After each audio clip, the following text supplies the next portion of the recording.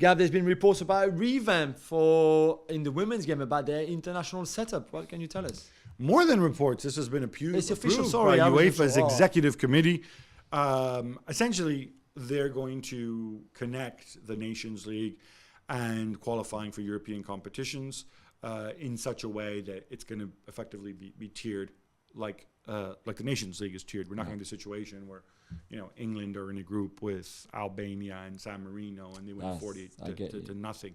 Right now, we can't treat the women's game exactly the way we treat the men's game, because the women's game has a different history and has a different situation. And one of the things that we're seeing is that when it comes to competitive football, there is a massive gap between the best teams and everybody else. And nobody benefits when England play Albania and they beat them 15-0, right? So I don't want to pick on Albania. I'm just using it as an example. We also know that in the women's game, international football draws huge audiences. Whereas in the men's game, it's still driven by club football. In the women's game, the internationals are huge.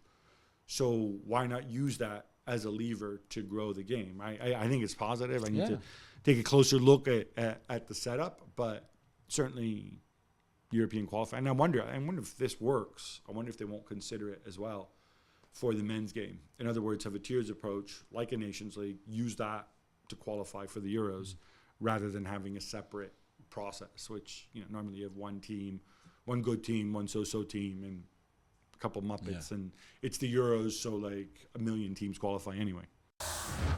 Well, thank you very much for watching ESPN on YouTube. For more sports highlights and analysis, be sure to download the ESPN app. And for live streaming, premium content, and let's not forget as well, ESPN FC 7 days a week. Subscribe to ESPN Plus.